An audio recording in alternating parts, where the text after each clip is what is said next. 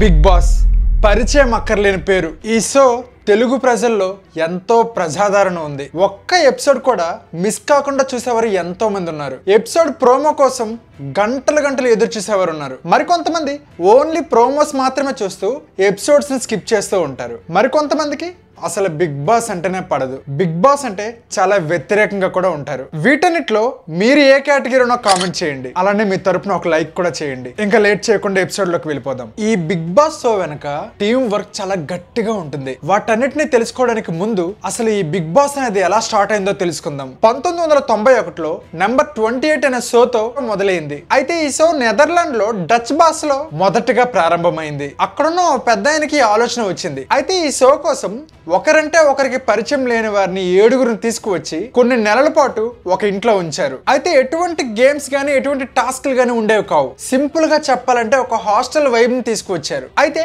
ఆ వారం రోజుల్లో వారి మధ్య ఏర్పడిన బాండింగ్ తో పాటుగా వారి మధ్య ఉన్న మనస్పర్ధాలన్నీ కూడా ఒక ఆడియో రూపంలో చెప్పాల్సి ఉంటుంది. అదంతా కూడా రికార్డ్ చేసి 20 మినిట్స్ షోగా ప్రసారం చేశారు. అంటే వినటానికి మాత్రమే. ఇదంతా కూడా టుడే ఛానల్ అని ఒక ఛానల్లో ప్రతి వారం వచ్చేది. ఆ విధంగా 7గురితో ఈ షోని నడిపించారు. ఆ తర్వాత ఆపేశారు. అయితే అప్పట్లో ఈ సీజన్ కు ఊహించిన విధంగా రెస్పాన్స్ అయితే రాలేదు. సో అది ఒక్క సీజన్ కే పరిమితమైంది. 1992లో ద రియల్ వరల్డ్ అనే షో వచ్చింది. అయితే దీన్ని అమెరికా వాళ్ళు మొదలు పెట్టారు. అయితే ఈ సీజన్ నుంచి అసలు కథ మొదలైంది. అది ఏ విధంగా అంటే ఎవరైనా సరే తప్పు చేసినట్లయితే వారి ముందే నిర్మోహమాటంగా నిలదీసే అవకాశాన్ని తీసుకువచ్చారు. ఆ తప్పుని అడిగే రైట్ వారికి ఉండేది. ఈ ప్రసారం సక్సెస్ఫుల్ గా హిట్ అయింది. అంతా కూడా ఎంటీవీ అనే ఛానల్లో ప్రసారం జరిగేది. 2007 వరకు 33 సీజన్స్ జరిగేవి. 1997లో నెదర్లాండ్ లో బిగ్ బ్రదర్ అని ఒక షో స్టార్ట్ అయింది. అది బాగా క్లిక్ అయింది. ఆ తర్వాత 2000 సంవత్సరంలో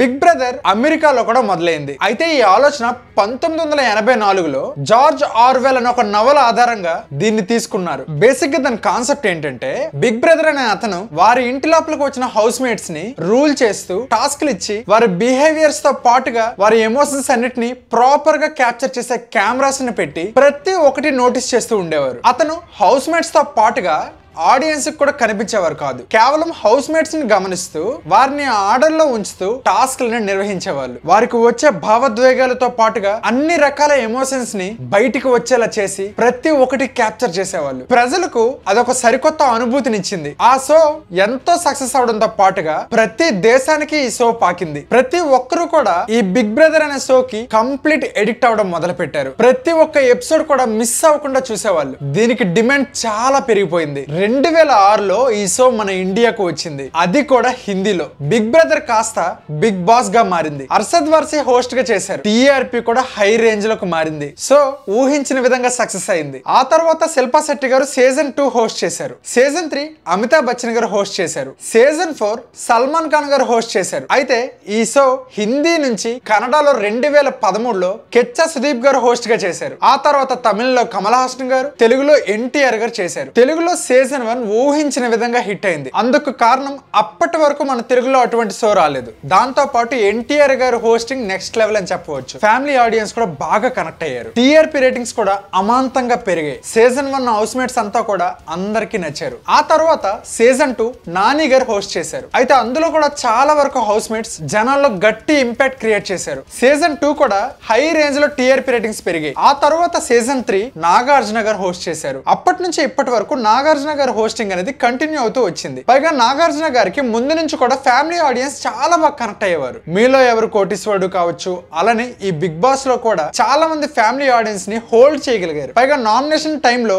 ఆ గొడవలు కావచ్చు, సాటర్డే క్లాస్ కావచ్చు, సండే ఫన్నీ టాస్క్లు కావచ్చు, ప్రతి ఒక్కటి కూడా ఆడియన్స్ ని బాగా ఎంగేజ్ చేసేవి. అయితే ఇక్కడ మీరు అనుకోవచ్చు ఈ షో అంతా కూడా మా టీవీ చేతిలో ఉంటుందా అని. వీటన్నిటినీ కూడా మా టీవీ నిర్మిస్తుంది అని అనుకుంటారు. కానీ వాస్తవానికి అది తప్పు. కానీ నిజానికి ఈ బిగ్ బాస్ షో అనేది ఎండ్మోల్స్ అయిన ఇండియా అనే కంపెనీ దీన్ని నిర్మిస్తుంది. హౌస్ మేట్స్ ఉండడానికి ప్రతి ఒక్క సౌకర్యంతో పాటుగా హై క్వాలిటీ కెమెరాస్ ని మిగతా ఏర్పాట్లు కూడా చేస్తుంది. అందుకే మీరు ఎప్పుడైనా ఎపిసోడ్ అంతా పూర్తయిన తర్వాత బంజే అని కనిపిస్తుంది. ఇండియాలో అన్ని బిగ్ బాస్ సీజన్స్ ని రన్ చేస్తుంది ఈ కంపెనీ. ఈ షోకి రావాలి అని అంటే కంటెస్టెంట్స్ ని కూడా ఈ కంపెనీ నిర్ణయిస్తుంది.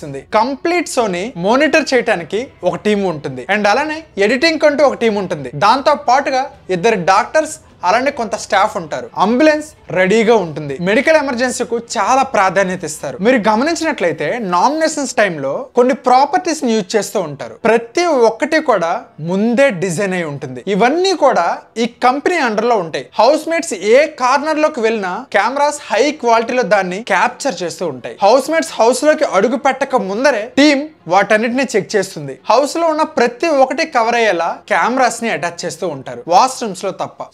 సో ఆ ఫుటేజ్ రైట్స్ ని మా టీవీ కొనుగోలు చేస్తుంది. పైగా ప్రసారం చేయడం వరకు మాత్రమే మా టీవీ పని. మిగతా బాధ్యత అంతా కూడా కంపెనీ బాధ్యత వహించాల్సి ఉంటుంది. బేసిక్ గా తెలుగులో సీజన్ 1 ఎన్టీఆర్ గారు హోస్ట్ చేసింది పూణేలో జరిగింది. వర్షాల కారణంగా హౌస్ మేట్స్ చాలా ఇబ్బందులకు గురయ్యేవారు. సీజన్ 2 నుంచి అన్నపూర్ణ స్టూడియోస్ లో సెట్స్ వేసి అక్కడ షోను నిర్వర్తించేవారు. అండ్ అలానే హౌస్ మేట్స్ వేసుకునే బట్టలన్నీ కూడా నెలకు ఒకసారి వచ్చేలా చూసుకుంటారు. వారం వారం ఇంటికి బట్టలు పంపుతూ ఉంటారు. పైగా బట్టల పైన ఎటువంటి బ్రాండ్ నేమ్స్ ఉండకుండా చూసుకుంటారు. ఫోన్ ఎలానో ఎలా ఉండదో ఆ విషయం మీకు కూడా తెలుసు. ఎటువంటి వాచెస్ గానీ అంటే టైం రిలేటెడ్ గా ఏవి ఉండకూడదు. అండ్ అంతేకాకుండా మతాలకు సంబంధించిన ఎటువంటి బుక్స్ కూడా క్యారీ చేయకూడదు. లోపలికి ఎంటర్ అవ్వడానికి ముందే వారి గైడ్ లైన్స్ కి అనుగుణంగా అగ్రిమెంట్ కూడా రాయించుకుంటారు. అంటే ఇష్టపూర్వకంగా హౌస్ లో అడుగు పెడుతున్నట్టు. ఆ అగ్రిమెంట్ లో ఉన్న మరికొన్ని నియమాలకు అనుగుణంగా సంతకం చేస్తారు. వారికి వారం వారం పేమెంట్స్ కూడా ఉంటాయి. వాటన్నిటిని ఇన్ టైం కి అందిస్తూ ఉంటారు. బిగ్ బాస్ కు డబ్బింగ్ చెప్పడానికి 2 డబ్బింగ్ ఆర్టిస్టులు ఉంటారు. వారు ఈ షో చేస్తున్నంత సేపు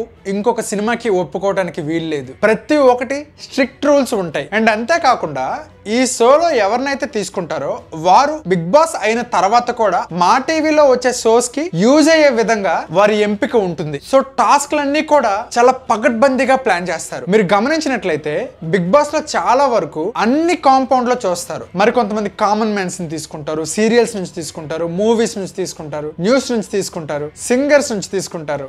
ఇలా అన్ని కేటగిరీస్ కవర్ అయ్యేలా చూసుకుంటారు. వారు మా టీవీలో నెక్స్ట్ వచ్చే ప్రోగ్రామ్స్ కూడా యూజ్ అయ్యే విధంగా. సో 105 నుంచి 110 రోజుల మధ్య ఉండే ఈ బిగ్ బాస్ షో అనేది వారిలో ఉండే ప్రతి ఎమోషన్స్ ని బయటకు తీసుకువచ్చి దాన్ని ప్రాపర్ వేలో ప్రసారం చేస్తారు. అయితే దీన్ని వ్యతిరేకించే వాళ్ళు కూడా ఉన్నారు. బిగ్ బాస్ ని బ్యాన్ చేయాలని మరికొంతమంది కూడా అంటూ ఉంటారు. జనాలకి నెగిటివ్ ఇంపాక్ట్ పడుతుందని కూడా కొంతమంది అంటూ ఉంటారు. అయితే ప్రజాదరణ ఎంతైతే ఉందో నెగిటివిటీ కూడా అంతే ఉంది. సో ఈ షోని నచ్చే వాళ్ళు చూస్తారు, నచ్చని వారు స్కిప్ చేస్తారు. చాలా వరకు బిగ్ బాస్ లో జరిగే గొడవల పైన డిబేట్స్ కూడా జరుగుతూ ఉంటాయి. వాటి కోసం ఫ్యాన్ వర్స్ చేసే వాళ్ళు కూడా ఉంటారు. మా కంటెస్టెంట్ గొప్ప అంటే మా కంటెస్టెంట్ గొప్ప అంటూ నెగిటివ్ కామెంట్స్ కూడా చేసుకుంటారు. బిగ్ బాస్ లవర్స్ కి అయితే మాత్రం బిగ్ బాస్ అనేది ఒక పండుగ అని చెప్పవచ్చు. చాలా మంది 3-4 ఎపిసోడ్స్ చూసి 5వ ఎపిసోడ్ నుంచి ఎడిక్ట్ అవ్వడం మొదలు పెడతారు. సీజన్ మొత్తం కంప్లీట్ చేస్తారు. That's all for today. Episode ఎలా అనిపించిందో కామెంట్ చేయండి. అండ్ ఈ వీడియో నచ్చితే లైక్ చేయడం మర్చిపోద్దు. మీరు కనుక మన ఛానల్ కి కొత్తగా వచ్చినట్లయితే ఖచ్చితంగా సబ్స్క్రైబ్ చేసుకోండి. మన ఛానల్ మీకు ఎంతగానో ఉపయోగపడుతుంది. నేను మీ శరత్, సైనింగ్ ఆఫ్.